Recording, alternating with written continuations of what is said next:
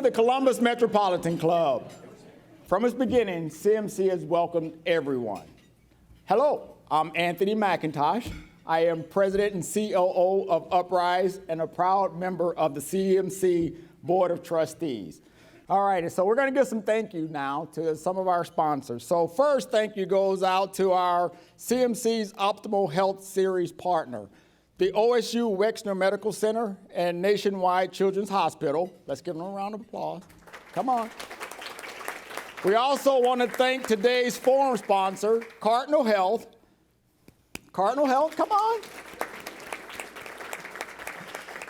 And today's live stream is presented by the Center for Human Kindness at the Columbus Foundation and the Columbus Dispatch. Thank you. Thank you all. So, suicide is Ohio's hidden epidemic. Each year, 1 in 5 Ohioans takes their own life. To combat this, a group of community-based professionals created the first suicide prevention plan for Ohio in 2020. Their goal is a vision of no more lives lost in Ohio to suicide. If you or someone you know is at risk of self-harm, please call or text the Suicide and Crisis Lifeline at 988. Veterans and their families can also connect with counselors by texting 838255. September is National Suicide Prevention Month, and today we will meet 5 leaders working to raise awareness and to implement a strategy to help stop Ohio's suicide epidemic. So, with that in mind, we're going to welcome and honor our panelists who are here today to help have this great conversation. So, first we have Dr. John Ackerman, Suicide Prevention Coordinator with the Center for Suicide Prevention and Research at Nationwide Children's Hospital. John, thank you. We have Tony Coder, Executive Director of the Ohio Suicide Prevention Foundation.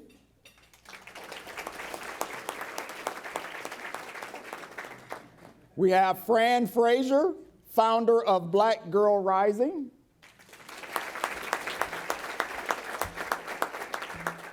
And we have Doug Wolf, CEO of Boys and Girls Club of Central Ohio. And our host for today, we have Tia Marcel Moretti, President of Ohio Market for Lighthouse Behavioral Health Solutions. You can learn more about today's speakers on the back of your forum, but for now, I am going to turn it over to Tia.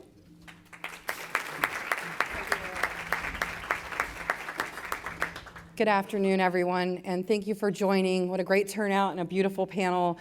Folks that I've had a great pleasure of working with many years over. So to be here together today to talk about the great work that you've done and to be able to moderate and facilitate that is a great honor. Suicide is a devastating public health problem that affects Americans and our families every year. After having lost 4 members of suicide in my own family, I've been personally impacted by the adverse effects of mental health, mental illness, and the surrounding stigma. It's been a great honor for me to have had a career that allows me to focus on shifting systems and policy to create more access to care for more people with behavioral health issues while reducing stigma and increasing protective factors. As a licensed social worker and Ohio certified prevention consultant, I've had the unique pleasure to work with and know many of the panelists today and many of you in the room. I admire your work. I'm honored to walk alongside of you. I'm honored to honor the families and those people that we have loved and lost. This is hard and painful work. These are tough and necessary conversations. And today we have brought together 4 amazing leaders to enlighten us on this difficult subject. To many of us, this conversation is deeply personal. And at any time during this presentation or afterwards, please take care of yourself. Have conversations. Utilize 988. Utilize the beautiful and amazingly talented professionals that surround us in this room, and keep these conversations going. With that, I'd like to start out with my first question for Mr. Tony Coder. Tony, as the leader and with your purview across the state, could you please brief us on a few sentences on the state of suicide in Ohio? Suicide is rising in the state. A lot of folks think that we may have hit a peak during the pandemic. However, suicides actually dropped. They dropped to 1,641 deaths in 2020. You think, well, that sounds strange. Why would that happen? We know that during times of crisis, national national tragedies, that suicides actually decrease. It's the 6, 12, 18 months after that we start to see those increases again.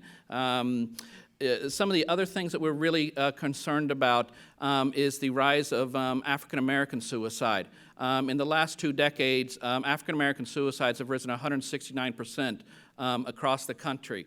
We know that LGBTQ plus youth and adults have higher rates of suicide. Veterans were mentioned, where we lose 22 a day. And then also, as we talk about this, we can't forget about our largest population. Our largest population of folks dying by suicide are men. 80% of our deaths by suicide in the state are 35 to 65-year-old men. So it's not just a kid issue.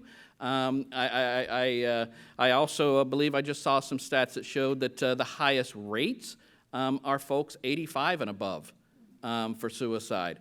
And I just talked to the coroner a few days ago about an 89-year-old gentleman who took his own life.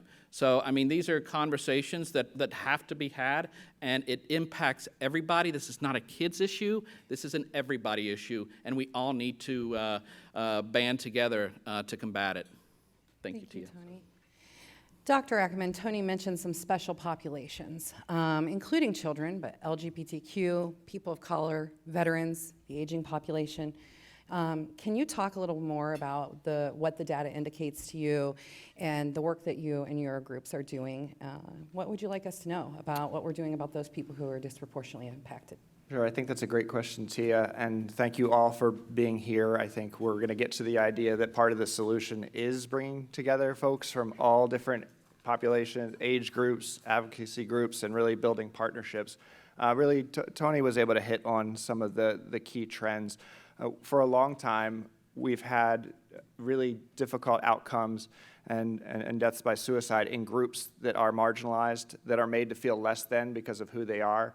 There was a young man that I talked to from the Boys and Girls Clubs of America yesterday who gave a story, and his story was one that as soon as he was able to be his authentic self, in his case as a gay Cuban immigrant who came to this country and is now at Columbia University and doing really great advocacy work, this is the kind of thing that we need to do more of. We need to create space where people can be their authentic selves. And when you look at specific groups, whether they've encountered racial trauma, whether they've been marginalized for not being able to express their sexual orientation or gender identity, these are types of things that may seem like, oh, it would be nice if we were able to acknowledge individuals for who they are. But this is life-saving work. When you create representation of individuals for who they are in spaces that allow them to grow, take advantage of the resources, and begin to move forward in a way that allows them to influence their communities, that is suicide prevention. So I know it's getting a little bit away from the data question, but whenever you have someone who feels hopeless, like a burden, and who learns ways to take action on those suicidal thoughts, that's when you have increases in suicide rates. So the more we create pathways of hope, the more we create connection for kids who have struggled with connection over the last several years and who have opportunity to see themselves, that's when you will start to see big changes. So it's going to take all of us to do that work. Thank you. And as Dr. Ackerman mentioned, Ms. Frazier, can you talk a little bit about how Black girls are impacted and your thoughts on increasing protective factors such as resiliency for those young ladies? You know, the mission of Black Girl Rising is research and evaluating the ways in which Black girls live their lives. And we looked especially in the areas of trauma and resiliency. We provide girls with opportunities and experiences for critical thinking and helping them with an analysis of their own behavior and the world around them, we engage them in assessing the issues that impact their daily lives and how best to navigate their way. Bouncing back for Black girls must become a honed skill. That's what resiliency looks like, bouncing back. I want to put some things into perspective. According to a study in 2019, which was published by the Journal of Community Health, the actual suicide death rates for Black girls ages 13 to 19 increased by 182%. In 2019, as the CDC was working on their study, there was a 15% increase compared to 9% of white girls and 12% of Hispanic girls. In Columbus, when we did our research, we surveyed 101 Black girls in Columbus. Out of that group, 15% daily practice suicide ideation. So resiliency is a protective factor, but it's built on a combination of protective factors, like having supportive friends instead of associates. Girls always talk about having associates, very rarely talk about friends. Families who actually care, who are present, and adults, like teachers who do the extra work, coaches, church members, but also living in a community where youth are appreciated. When we did our survey of 411 Black girls in 4 Ohio cities, less than half believed that the community, neighborhoods they lived in actually appreciated who they were, actually cared about the youth in that street, on that block, in that community. So our girls need, and our boys too, have to have a foundation of strength. They actually have to know who their people are, where their ancestors come from.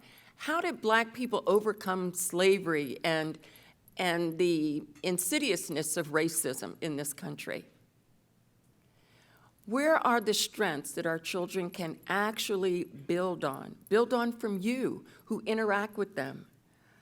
So when you know who your people are, you know where you come from, you know what your people have overcome, that's literally how you build resiliency. Thank you. Thank you.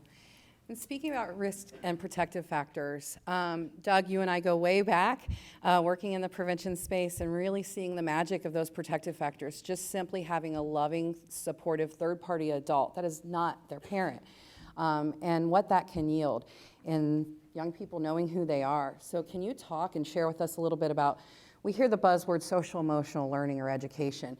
Will you educate us a bit on that and then talk about your experience and views on those protective factors? Thanks, Tia. And I'm far too young to go way back in anything. Oh, so. All right. But I do appreciate first the CMC for hosting the conversation and all of you for showing up. Probably not the most, when you think about going out for lunch, this is probably not the topic you want to discuss, but it's important that we're here. And I think Fran teed it up nicely in my professional and personal experiences in this space. We learn about many protective factors, coping skills, appropriate and timely access to healthcare, and means restriction. It largely comes down to positive, trusting, caring, consistent relationships. And for our kids, it's with our adults and their peers. And we do know that the positive relationships at home and in the community is associated with decreased attempts in suicide amongst teens. And really, the relationship building was the genesis of a suicide prevention effort that we at Boys and Girls Clubs in Central Ohio started with Dr. Ackerman and Nationwide Children's, and then ultimately with some support from Tony and the Ohio Suicide Prevention Foundation. And Dr. Ackerman just got back from DC this morning talking about that very project, so thank you for advocating there. But the work resulted from a 4-week period in which we had 3 young people in our clubs disclose suicidal ideation. 2 verbally to staff, 1 in a journal in which she was writing, and the instructions were clear. Write in your journal, staff are going to read and follow up, and she disclosed. There was a little bit of panic. 3 in 4 weeks sounds like a lot. We serve over 4,000 kids a year. Statistically, there's many more. So the concern was, yes, around those 3 young people that disclosed, but also about all the young people who aren't talking about their concerns. So Dr. Ackerman and I immediately went to work to figure out how to make this work. We were responding with intentionality, but we weren't in a place where we were really looking and listening and identifying those preventive factors and then acting on them, which is sometimes the hardest thing to do, is finding yourself in a situation where you literally have to use the words, "Are you thinking about killing yourself?" and asking a young person that question. But we launched that pilot effort in 2019, and now it's expanded nationwide. I'll tell you, it's working. We, every year, run a survey called the National Youth Outcomes Initiative. It's a benefit we have as being part of the Boys and Girls Clubs of America network. It's the largest held youth database in the country. And in 2022, 90% of our members said they can understand and talk about how they're feeling. And 89% say there is an adult in the club that listens and understands me when I talk about my feelings. And that is a big deal. Which leads to the next part is you and us. We have to take care of ourselves as well. It's incredibly difficult to support our young people when we're managing those same kind of emotions. So self-care is critical. And as part of that, even we've launched in the last, I think, 3 weeks, a You Matter initiative at Boys and Girls Clubs of Central Ohio, offering free mental health coaching to all of our staff. 50% scheduled a first visit in the first 2 weeks. So back to Tony's point, I think it's not just kids, it's us too. And we cannot help our kids appropriately if we're not taking care of ourselves. Thank you, Doug. And I think that as we kind of pivot our questions and conversation now to the great opportunities, I don't want us walking away feeling downtrodden by the statistics. They are real. We need to address them as a community. But I'd like to spend a little time talking about the things that we're doing, such as increasing training and access to care. So my next question is for Tony. Full disclosure, Tony and I and some of my former colleagues in the room worked diligently for 16 months to examine claims data at CareSource, to look at what was happening to those CareSource members in the days and weeks leading up to a suicide attempt. And in the learnings, we have long operated under the understanding that people disengage within 30 days of a suicide attempt or taking their life. What we found in that claims data over 16 months, and as I understand is still moving along and has expanded to other MCOs, was vastly different. It really yields great opportunity for providers. Tony, can you talk about that work and talk about some of the findings? Yeah, thank you, Tia. And it has been absolutely tremendous. So I know we have some folks out there from CareSource, and Tia and Jose have been instrumental in making that work. MCOs are large companies, and to find good, passionate people is really valuable. So thank you. We always knew that 50% of people who died by suicide saw their primary care physician within a month of killing themselves. 50%. So we knew. I mean, it's half of the folks. What's going on? Are they getting referred? Are they getting assessed or referred? So, and those were folks who died.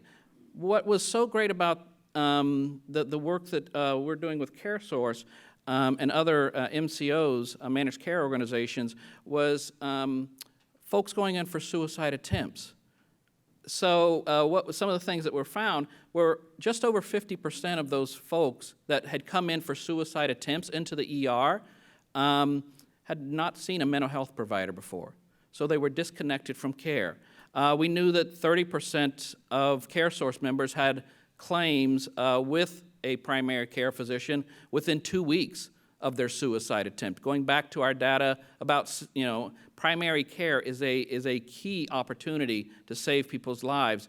The surprising thing that it was really shocking was for young people were that 20% of the young people under the age of 18 had seen a dentist or an eye doctor within 2 weeks. I mean, it's like, and I'm not, any dentist, I'm not saying you guys are making people kill themselves, so don't get that. But what I am saying is those are perfect opportunities to intervene and to intersect before that young person, those adults, to take their own lives. So I'm so grateful for the work that you do. And it is I go to a lot of conferences and a lot of social workers. This, to me, is the most valuable thing I'm going to do all week, because it is folks that are out in the community. It's all of those fancy corporations that are out there, because we have to be in this together. And you are so key to preventing suicides, and I'm so grateful that you're here for the conversation. Thank you, Tony. Absolutely. Just the 50% have not connected with healthcare. It just, again, highlights how important it is to build the relationships in those places where our young people are, in Boys and Girls Clubs, in schools.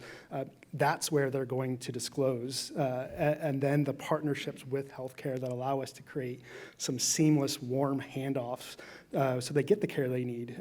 It's not our job, it's not our skill set, but they trust us and they'll tell us. So while we're kind of fixing the healthcare system, if you will, and increasing access, it's important that kids are engaged with organizations like ours, because they do trust us.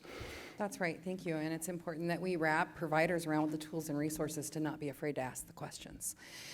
Dr. Ackerman, I know that as we talk about things we're doing and opportunities for prevention and intervention, I know that you've done some pretty important research, and I think you're hot on the heels of Columbus Airport presenting on that research. Can you talk a little bit about what you and your colleagues have recently researched and published?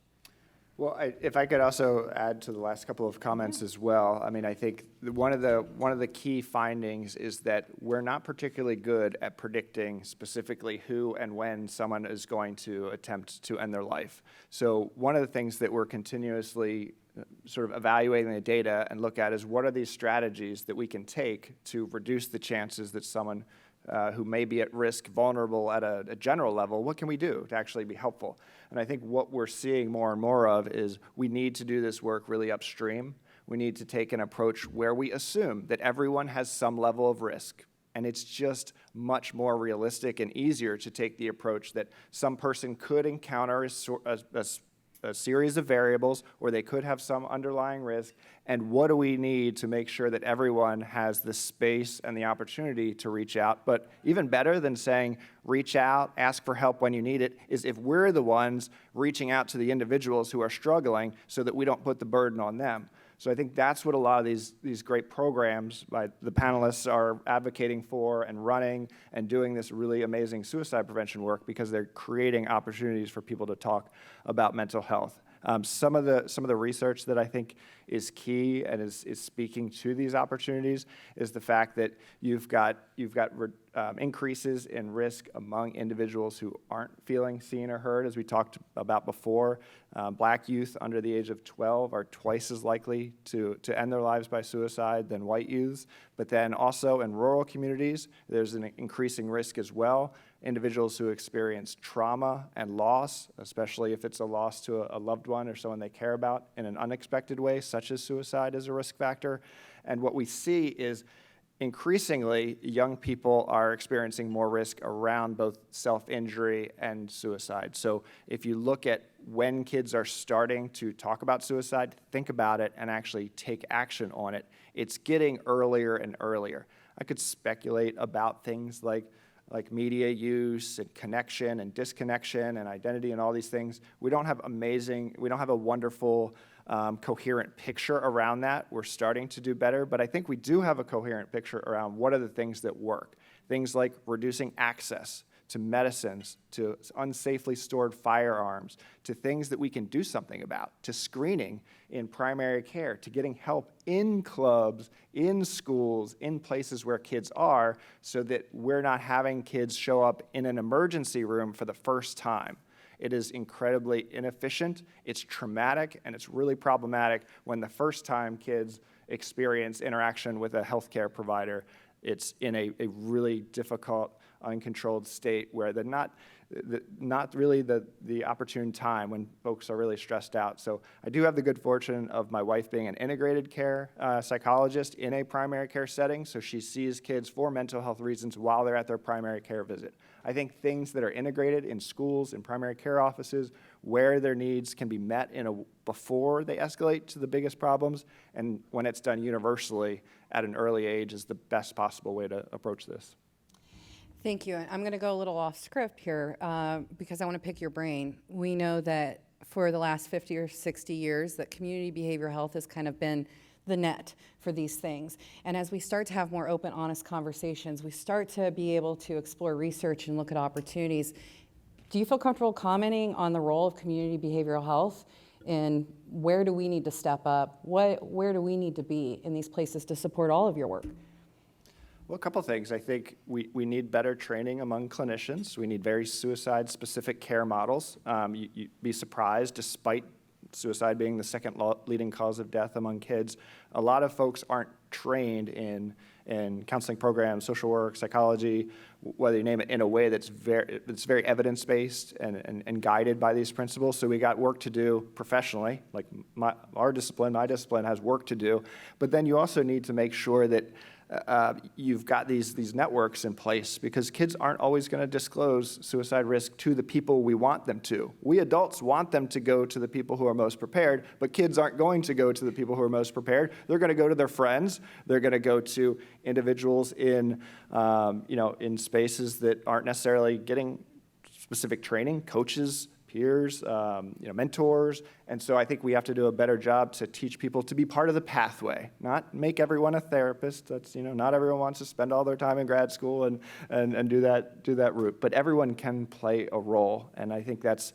what each of you can do, and maybe it could be a take-home assignment from today. We can all be part of that loop. Did you just give us homework? I did. Thank you, Dr. I'll call it, we don't use homework in therapy. We call it a project, or we call it an in-between session project. Yeah, but we all know it's homework.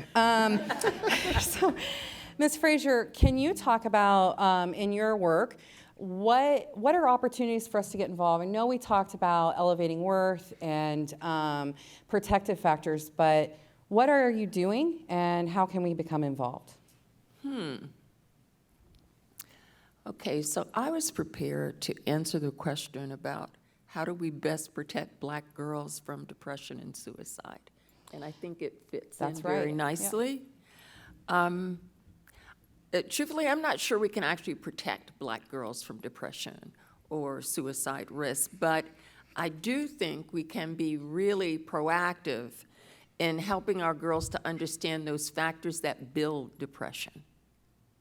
So you can go from being sad, but then if that sadness isn't relieved in some way, then it can start to build, because girls worry. And actually, we're kind of programmed to worry about every little thing. So I think that we can do a better job at that.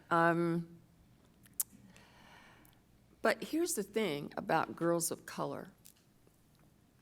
We worry about how you see us. We worry about our color.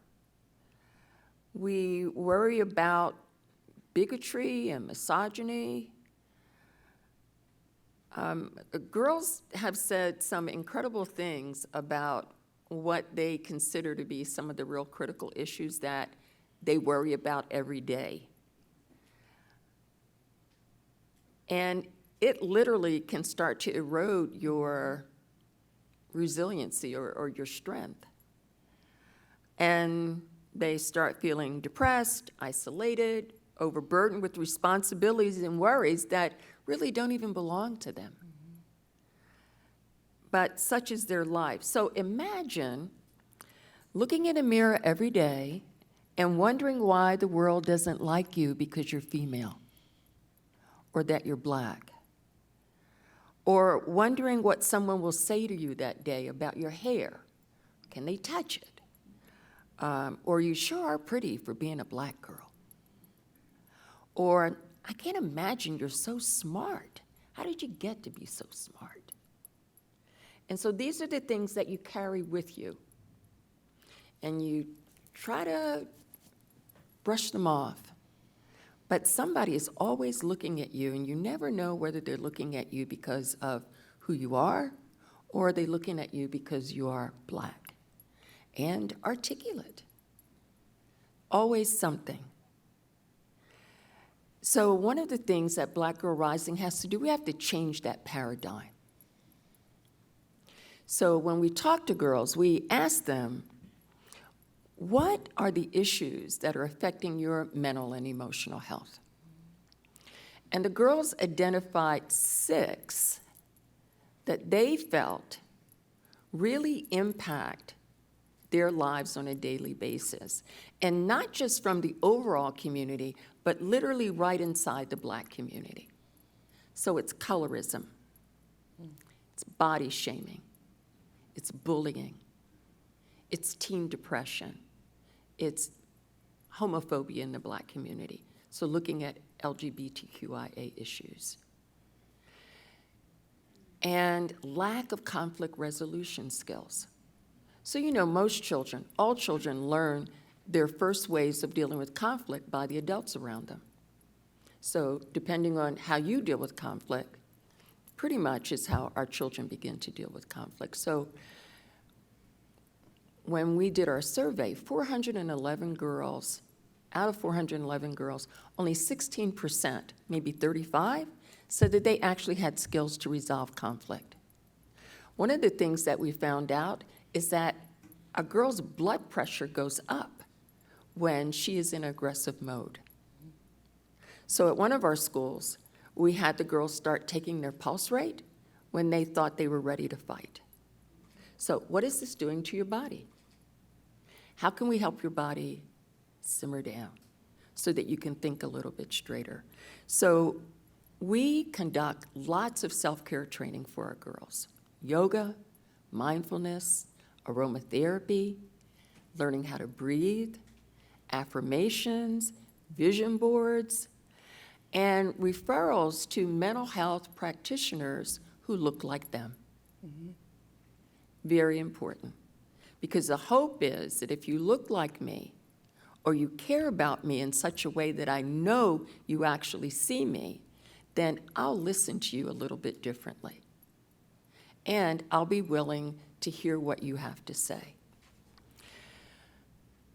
Our mental health campaign started in 2016 I have to do a little shout out right now to the Atom Board because they are always with us, always supporting what we do. So we started this mental health campaign and we have continued it. So we've probably touched now maybe about 1,500 girls. The last thing I want to tell you that we're doing is something that's coming up September 29th through October 2nd. So last year, I'm sure most of you remember, Micaiah Bryant, 16-year-old Black girl, was killed by a police officer. A lot of us got really concerned about what that message was to other girls of color in our city. And so we decided not to start another organization, not to get a number 501c3, not to do any fundraising, but how could we literally love up Black girls in our city? And so we invited women to read love letters to Black girls over the radio. It was a great success.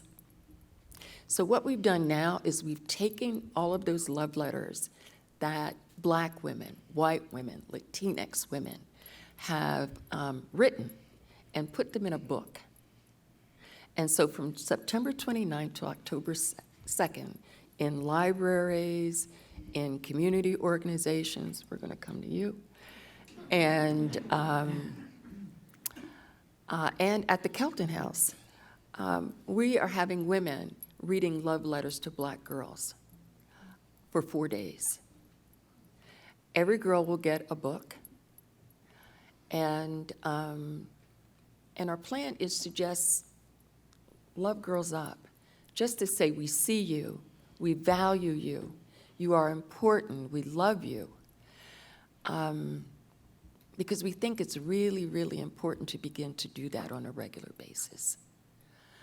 Every now and then, somebody needs to look at you with a lot of love, so that whatever it is that you think you might be concerned about or worried about can like shift to the side just for a little bit.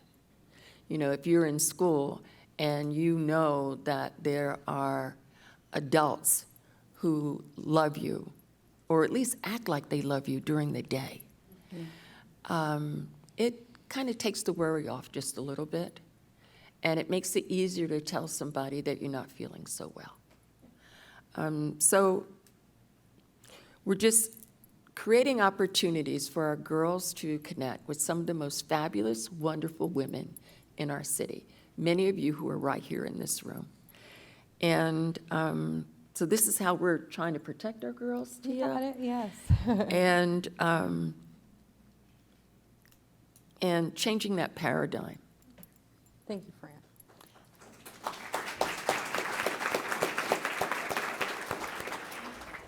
So we'll move to questions from our live stream and in-person audience in just a few minutes. If you have a question, please make your way to the microphone now. If you're watching online, please type your questions into the chat. But before we take those audience questions, I have one final question for the panelists, and I'll start with Doug and move our way forward. My question to you is, what do you want to say? This is an important conversation. It's an opportunity to get involved. I want everyone to leave with hope that they have a role.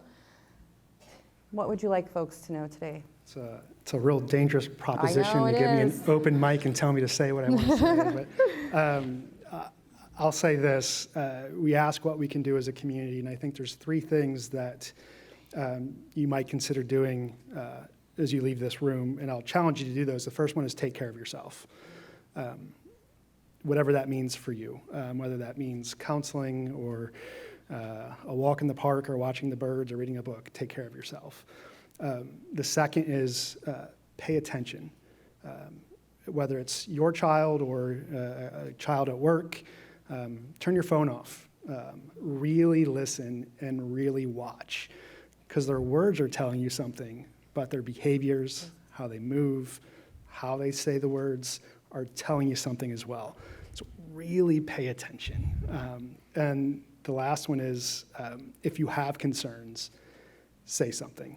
Again, it's a really hard question to ask. But I promise you, if you do say something and a young person's thinking about harming themselves, that is a weight off their shoulders and an invitation to talk about it with a trusted adult. Take care of yourself, turn your damn phones off, and ask if there's concerns. Thank you. And Tony and Dr. Ackerman, I'd like to give you the same opportunity. We have just a couple minutes. Is there anything that we didn't cover that you would like to share? Tony? First off, I want us to go out of this room seeing this as a healthcare issue. This is not a social service issue. This is not a law enforcement issue. This is a healthcare issue. Mental health has it right in its name, health. Mental health has to be a health issue. So we have to start seeing it as that. We also have to improve the system of care. The handoffs that we have, my son spent 13 days in a mental health facility. That's why I'm in this job. Never thought I would be in this job. But when I saw what happened to him after his struggles with suicidality and coming home to an empty apartment, not giving support, them saying, if you miss 3 appointments, we're going to cut you off. We've got to stop that. I mean, that's ridiculous. So 2 things that you can do: call your legislator for House Bill 468 and ask them to require funding. House Bill 468 is the 988 bill.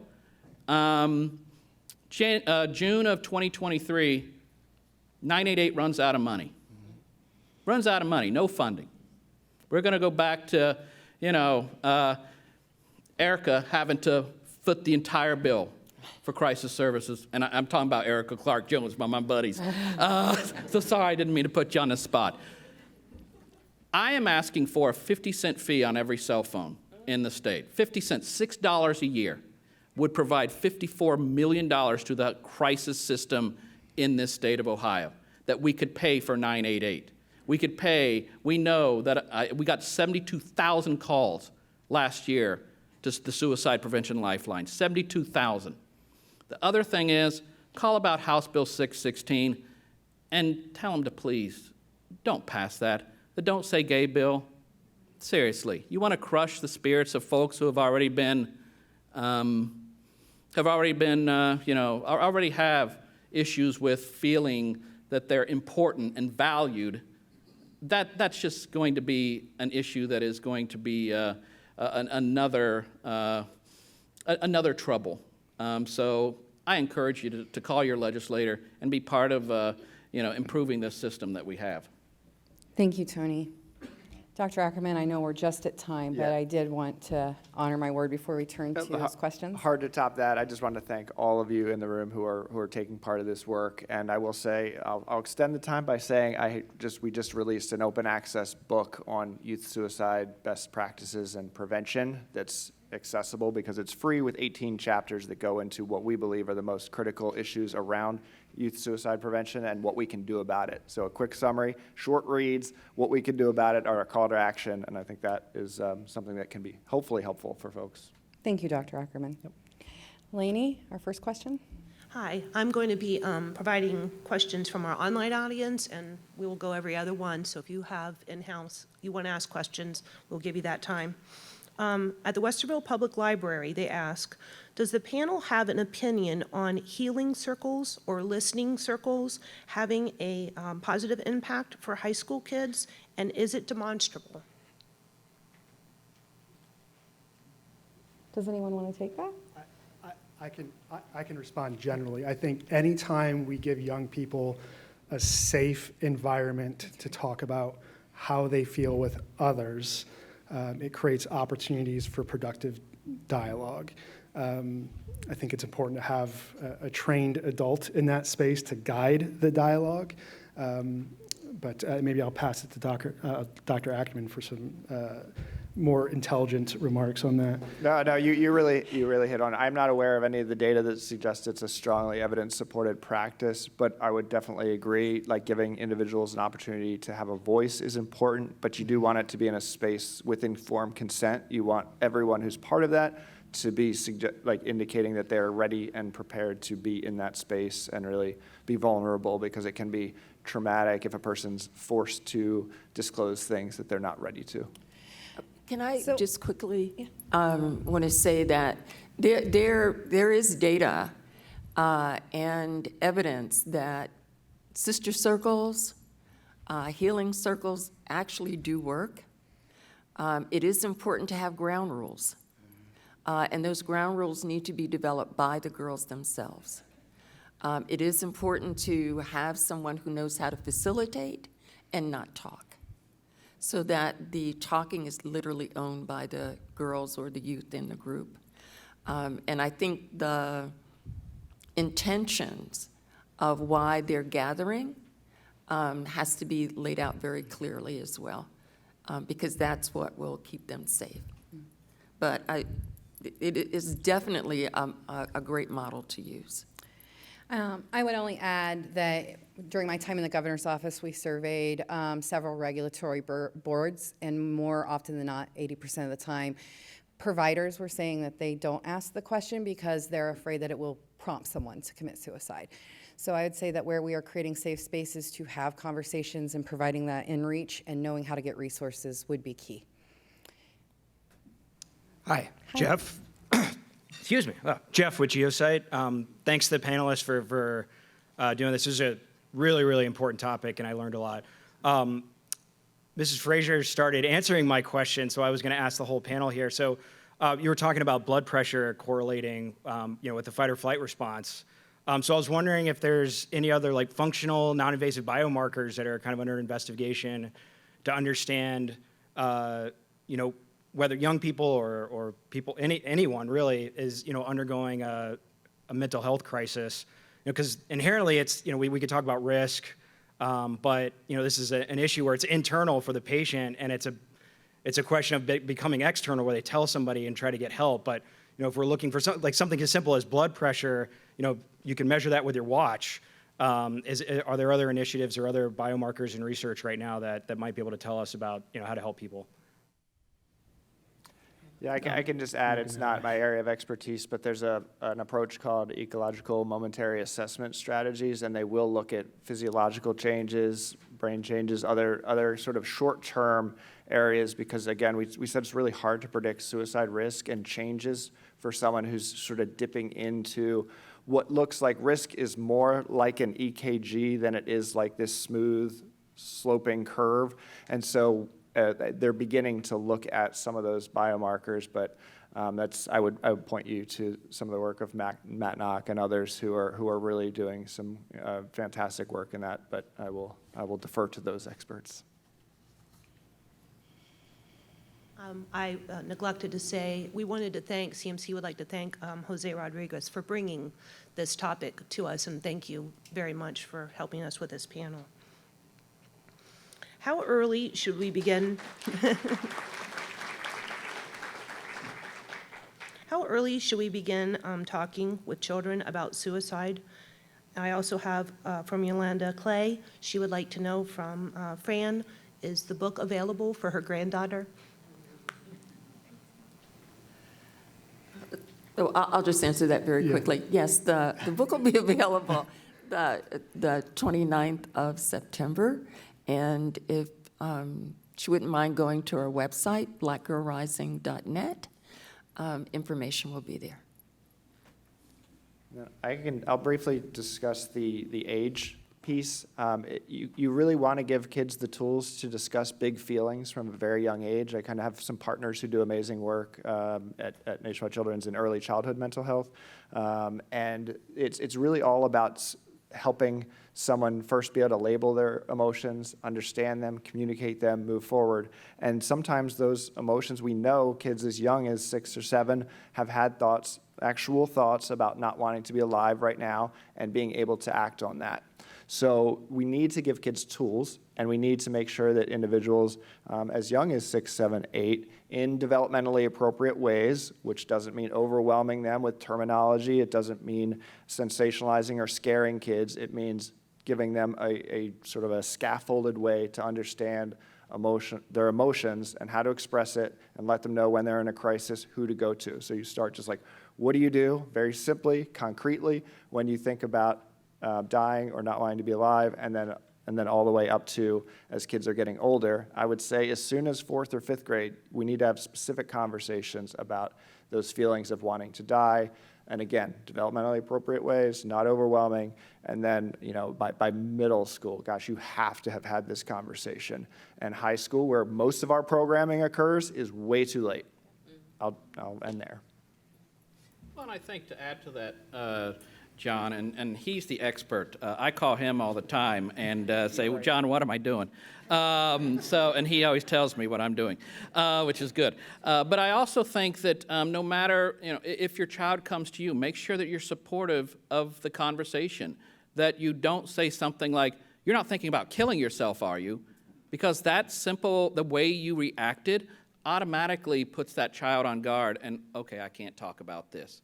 So, it's how you handle that conversation, and then be ready. I tell parents all the time, have if you're worried about your child, have a little referral sheet in your wallet or, somewhere that you're able to call, either whether it is 988 or Nationwide Children's or, Doug and some of his team over just having those conversations. It's also how you respond, and not letting that, not having that child feel like, wow, this was a bad idea. I'll add in 5 seconds or less, Tia, I promise. And again, the conversation starts with how you behave too. So again, I think it comes back to self-care. Are you modeling that for the young people around you? Are you, when you're down and depressed, are you going in a hole and hiding and going away and showing them that's the way you manage your grief and stress? We got to model that ourselves and take care of ourselves to be able to have those conversations as well. Tia, can I just say, we conducted focus groups with about 60 girls, and in every group, each girl said, if I could just get my mom to listen, not give me advice, just listen. Maybe she could hear me. So I'm just saying, I think we need to do more listening. Can I real quickly, it's not about fixing everything right away. You're not going to fix something that took all these years to develop or even weeks to develop. And then there are some really great resources on our sleeves that specifically talk about how to say this. So it can be vague, like how you approach it, but if you want to like a line by line, what do I say when, that would be a really good resource, because I think that can be really important. Thank you. And just to highlight again Ms. Frazier's points, that young people are always watching us, so modeling what we want emulated. We have time for one more question. I'm Nancy Trooks, and I'm a mental health therapist, and my question is a very practical one. My understanding is that NetCare will stop providing 24-hour care in November, and that's of concern to me. And what will take its place? That's something that people can walk into, and it's not the emergency room. So what's happening? So I can try to speak to that just from my relationships and previous understanding. I know that we have great leaders in Franklin County and Columbus, and great leaders at the state who continue to come to the table. I know because Lighthouse, we are one of them, willing to step in and serve and provide services as rapidly as we can. And our leader of the ADAM board, Ms. Erica Clark-Jones, has done a hell of a job raising the dollars necessary to put us on a track in the next 24 months to have a comprehensive no wrong door crisis center. So I appreciate the concern. It's a great concern to all of us. Know that this community, I have seen them rapidly respond, and I've seen the state respond as well as we continue to work together to find resolution. Thank you for your question. With that, I would like to invite Anthony Mcintosh back up to the stage. I want to thank everyone for this wonderful conversation. Anthony?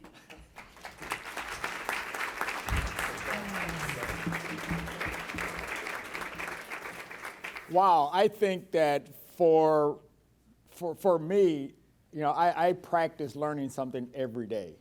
And I think I have filled out my next 30 days in terms of what I have learned.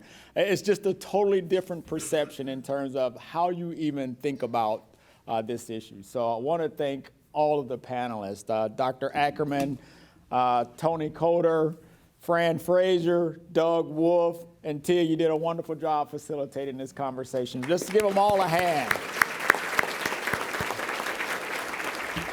And the one thing we always like to emphasize, this isn't the end of the conversation, right? This is just this part of the conversation. If you haven't been part of it, this is the start. So get involved, continue the conversation.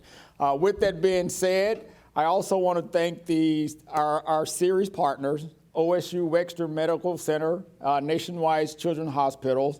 I want to thank our forum sponsor today, Cardinal Health. Also want to thank our online virtual seats participants, as well as the Center for Human Kindness at the Columbus Foundation and the Columbus Dispatch for supporting today's live stream. Again, let's thank the panel. I think this was a wonderful job on a tough subject. So thank you all again for sharing. And finally, please make plans to join us next Wednesday for our CMC forum or our CMC meeting. This is a special evening event starting at 5 p.m. here at the Boathouse. We'll dig into the power of the Columbus Way with Kenny McDonald, President and CEO of the Columbus Partnership, as well as Kevin Boyce, Franklin County Commissioner. Thank all of you for joining us. This doesn't happen without you, so give yourselves a hand or applause. We look forward to seeing you all next Wednesday at the Metropolitan Club, the Columbus Metropolitan Club, as we present another community conversation. Thank you.